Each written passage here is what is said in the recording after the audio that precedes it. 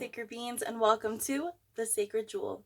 Today we are going to be doing a part 3 for Starseed Origin. In the part 1 video, I showed you 13 different starseed origins that you can be from, and today we are going over 14 different ones. So if you did not really resonate with the part 1, you still don't know what your origin is, maybe this video today you will be able to figure that out.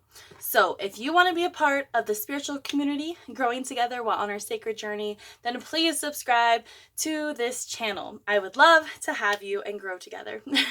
So let's get started on today's video. I have a lot of information to cover, so let's just dive right in. So if you did not know, you probably do if you're here, but I'm just going to read you a quick definition of what a starseed is. So the definition of a starseed: they are an advanced spiritual being or soul that traveled from other planets, stars, realms, dimensions to reincarnate here on Earth to uplift, heal, inspire, and awaken the human beings for Earth's evolution. So that is what a starseed is, but you probably know that if you're watching this video. So today we're talking about 14 different origins, and they're not like part 1, you probably have heard of all of those planets and stars and origins. Today you might hear a couple familiar ones, but most of them are not as familiarized. So that's why I think this is going to be super interesting to see if you are from these star systems. So we are going to be covering, and let me tell you that I'm going to be pronouncing them wrong. That's just what I do. So 14 origins, including Hydra or Hydrus constellations, if you are a Polarian starseed, Mintakans, Centaurus, Apollonian, Cassiopeia, Coma, Delphinus, Pavo, Crux or Crux, Octans, Procyon, and lastly but not leastly, if you come from Atlantis or if you are an Atlantean starseed, that one is going to be at the very end.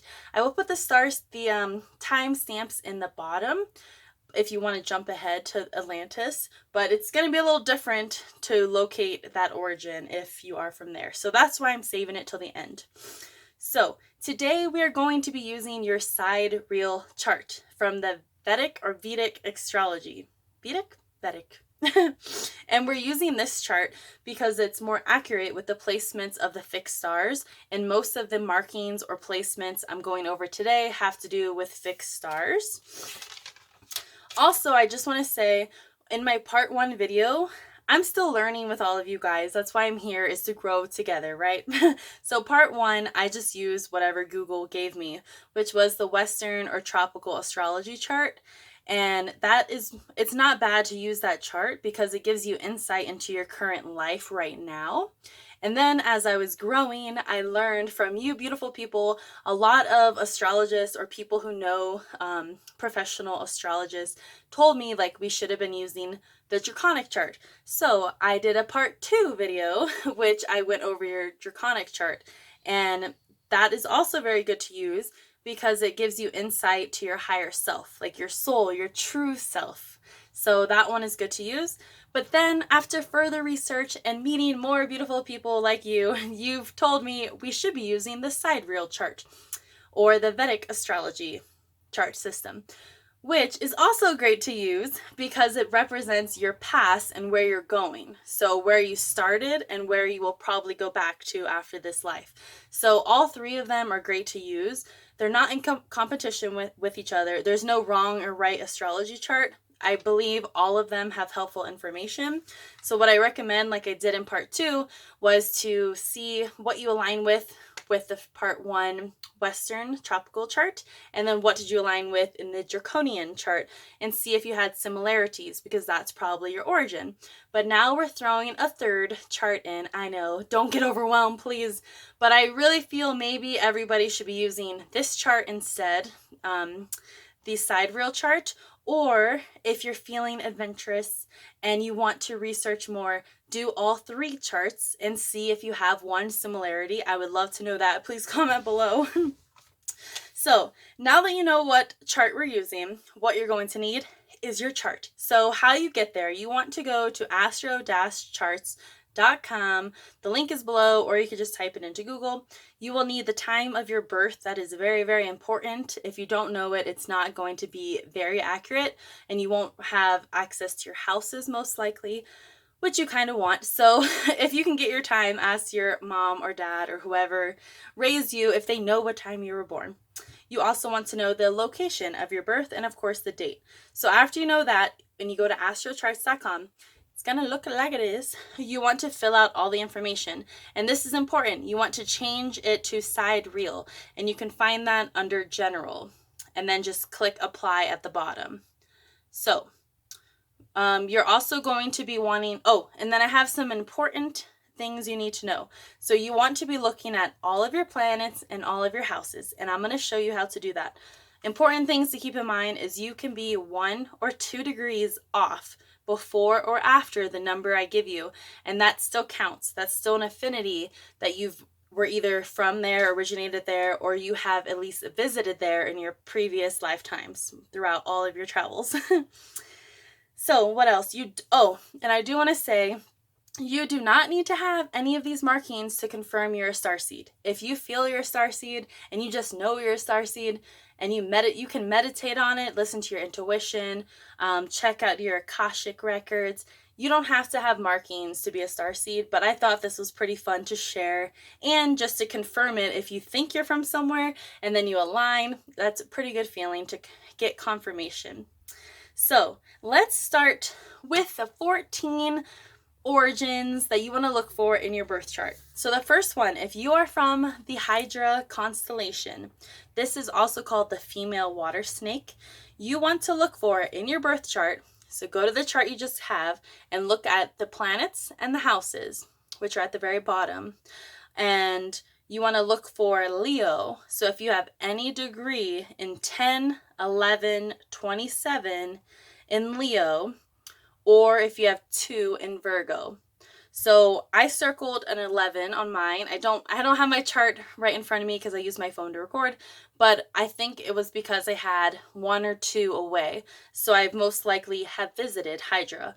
So you want to mark down all these, because if you have 3 or more alignments with one star system, you're most likely from there. So 3, they're called affinities. If you are 1 or 2 away, that is an affinity. If you have 3 of those, you're most likely from there or have been there like for a very serious, profound reason. So next, if you're from Hydrus, Hydrus, this is the male water snake. You will look for Aquarius. It's going to be 0, 11, 29 in Aquarius, 1, 4, 12 in Pisces. I will mark all of these below in the description. The third origin is a Polarian, which is from the North Star Polaris, which I can't forget. Oh, it's called Lost in Space on Netflix. Oh my gosh, great show. Anyways, so the star Polaris is exactly at 28 degrees in Gemini. It's 28 Gemini 34. So if you have that exact alignment, you're most likely from Polaris, and you are a Polarian starseed. This star is also part of the Ursa. Is that how you say Ursa Minor? The Little Bear or Little Dipper. So if you're ever looking up in the sky and you're always like, I could find the Little Dipper, you've probably at least visited there if you are like very drawn to that star system.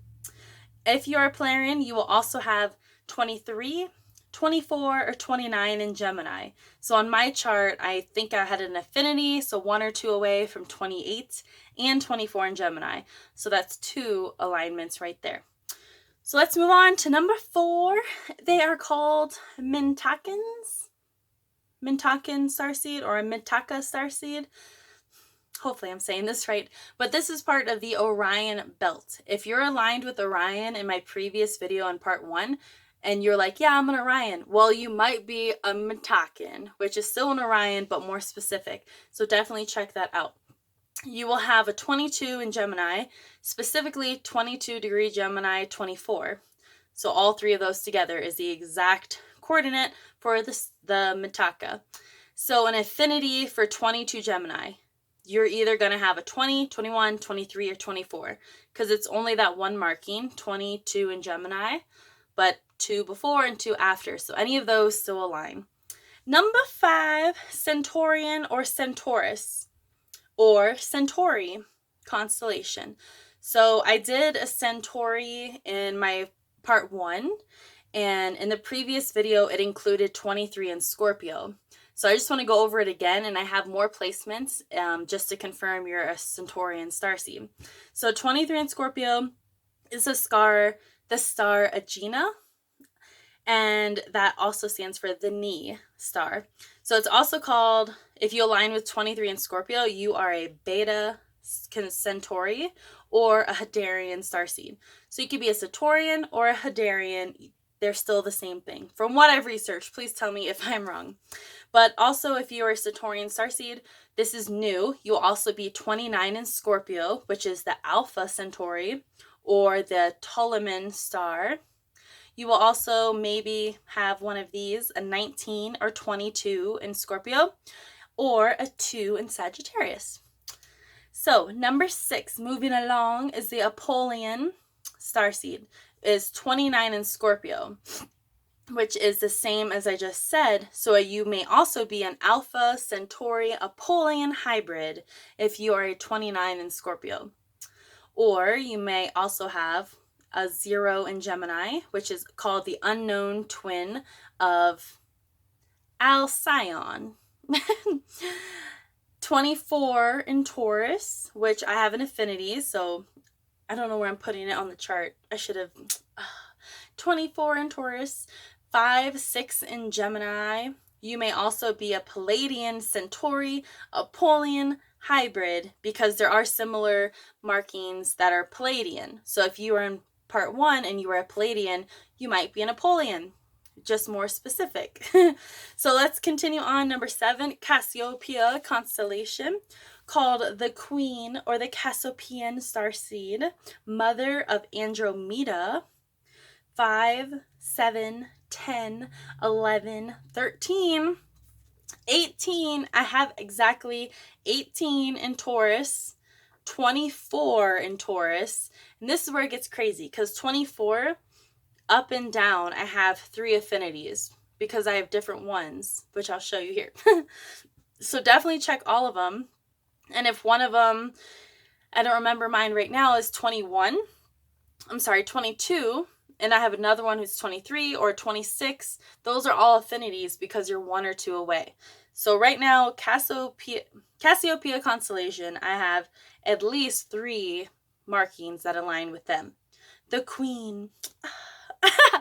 But I do have a dream I want to share with you guys soon where I was a princess, so that might relate. I don't know. We'll talk about that later. Let's continue. Number 8, the Coma or Coma constellation. Bernice's hair of the mother and child, also called Coma Bernice's constellation, which will be a 23 in Virgo, which I am 1 or 2 away from there. A 4 or 8 in Libra. Let's move on. Keep it going. Number 9, Delphinus constellation, the Dolphin. There's 14 through 19 in Aquarius.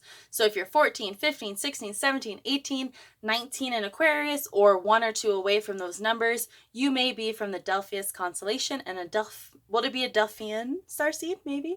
But I always have dreams about dolphins and swimming with dolphins. I've never done it in real life, but I'm highly connected to dolphins and like being underwater. I was a scuba dive master, and I always have dreams of breathing underwater. So we'll talk about more of this when we get to the last one.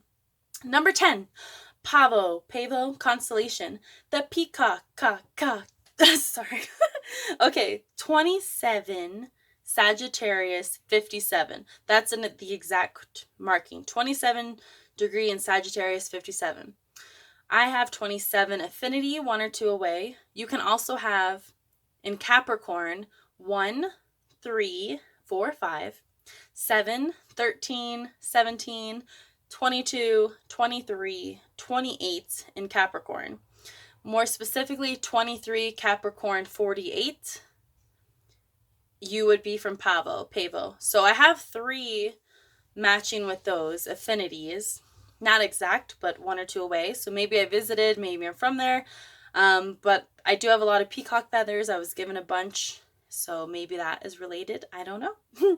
Let's continue. Number 11, the Crux or Crux constellation, the Southern Cross, which is south of Centaurus. You would have a 5, 6, 8, or 11 in Scorpio. More specifically, 11 Scorpio 51 is called a Crux. Let's move on. Number 12, Octans constellation, the Octant, which is the navigational instrument of the sky.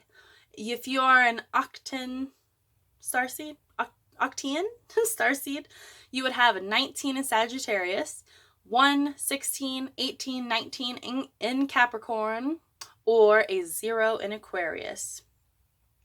Procyon or Procyon, Procyon, I'm not sure, starseed, which is, it's the brightest star in the Lesser Dog or the Alpha Canis Minoris constellation. The brightest star, which is exactly at 25 degree Pisces 47. So if you're exactly that number, 25 Pisces 47, you are from there.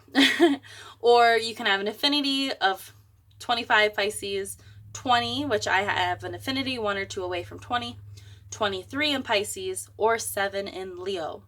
And lastly is if you're an Atlantean, if you come from Atlantis, I know this is a big one. I was going to do Lumarian starseed as well, but I will probably do that in another video. But if you're an Atlantean starseed, so you would have 28 in Gemini, which is same as Polarian starseed because there is a connection between them, which I was trying to learn the history, but I did not dive too deep. But if you may be a Polarian Atlantean hybrid if you have 28 in Gemini, which I think I have an affinity to. You would have a 23 in Libra, which I definitely have a 23 in Libra. And this is where it comes into, like, I love the water. I'm an air sign, but I love the water. So another thing for Atlantis. So you will have Atlantis in your ascendant moon or 3 or more aspects in your planets. So what do I mean by this? You want to do something a little different. You would also have an Atlantis conjuncts a powerful fixed star or a galactic center great attractor, which I've gone over in the rare star seeds.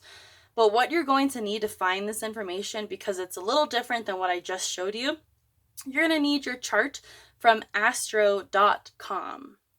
And I'm going to show you how to find it. So these are the instructions. You need to manually look for Atlantis. And this is the only site I found where you can do that. So what you want to do, astro.com, you want to scroll to charts and calculations. You want to click on the extended chart selection. After you do that, you want to click on guest user, or you can sign up, whatever you want to do. You want to fill out your information, time, date, location. And then you want to click the options for the zodiac houses. So it's options for zodiac houses. You want to click sidereal and then click on Vedic or Vedic. After that, you want to go down and click on additional objects. This is where you're going to manually enter 1198, which is the asteroid number for Atlantis. And this is going to show you where Atlantis was in your chart when you were born. Very cool. So you want to click here. You want to click on the thing at the bottom that says click here to show your chart. It looks like this. So once you get your chart, you don't really want to look at all that stuff. You want to click on the PDF additional tables, which is above it. And after you click on that, you want the aspects. You're only focusing on the aspects. And in your aspects, it's going to look like number sign A, which is for Atlantis. So when you look at all mine, you'll see I have it in my moon, which that was one of the main things, is Atlantis in your ascendant, moon, or 3 or more aspects. So it's definitely in my moon, but you want to look at your ascendant. And if it's in 3 or more, you just look down the A or the number sign A all the way across and count how many have information in it. So mine have 6, which is definitely 3 or more. So that's already 1, 2, 3, 4 different alignments with Atlantis, or being an Atlantean starseed, which I never thought of. But it makes sense if all my dreams, or a lot of them, are underwater and breathing underwater and like swimming with dolphins and all this stuff. And I was a scuba dive master, and my major was marine biology. But anyways, you also want to look at, so one of the things was if you have a conjunct the galactic center or great attractor or the supergalactic center. So all of those numbers I'll put in the description. So when I was looking for conjunct, because all of those 6 informations with the planets, I didn't know the symbols because this website isn't very clear for beginners. So you can also go to lovetoknow.com, which is where I found these photos of the symbols. So you'll be able to see the aspects photo, the astrological signs, the planetary symbols, the zodiac signs, everything's there. This is what they all look like. But all you want to really look at is the aspect symbols, because I didn't know what symbol is conjunct. But it's a little circle with a line out of it.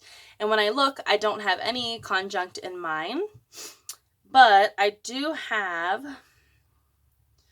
a square Neptune. So I thought it was pretty cool that if you were to go to Linda / Goodman, or just Google Atlantis 1198 Linda-Goodman, you will find out what does it mean, like what if you have a square or a trine or a sextile or a conjunct in a certain planet, what it means for when you were in Atlantis. So who knows if this is true or not, and I know there was drama going on with Linda Goodman because she's changing her path in life, but to each their own, everyone's on their own journey, but at least the information is there, and I still think the information is good.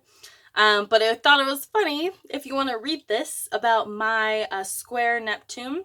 I also have Atlantis in my 8th house, which you could find on the astro.com. You'll see houses and it will say the number next to Atlantis if it falls into a house. So yeah, it basically says I spiritually messed up in that lifetime, and that hopefully, you know, things got better without me, basically. But I thought that was pretty cool, like if you wanted to check that out.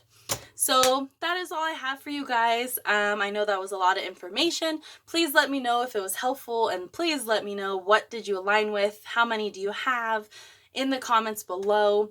I will do another video in the future of starseeds. I know you guys love it, and I love talking about it because it's so exciting. Like, I have so many dreams.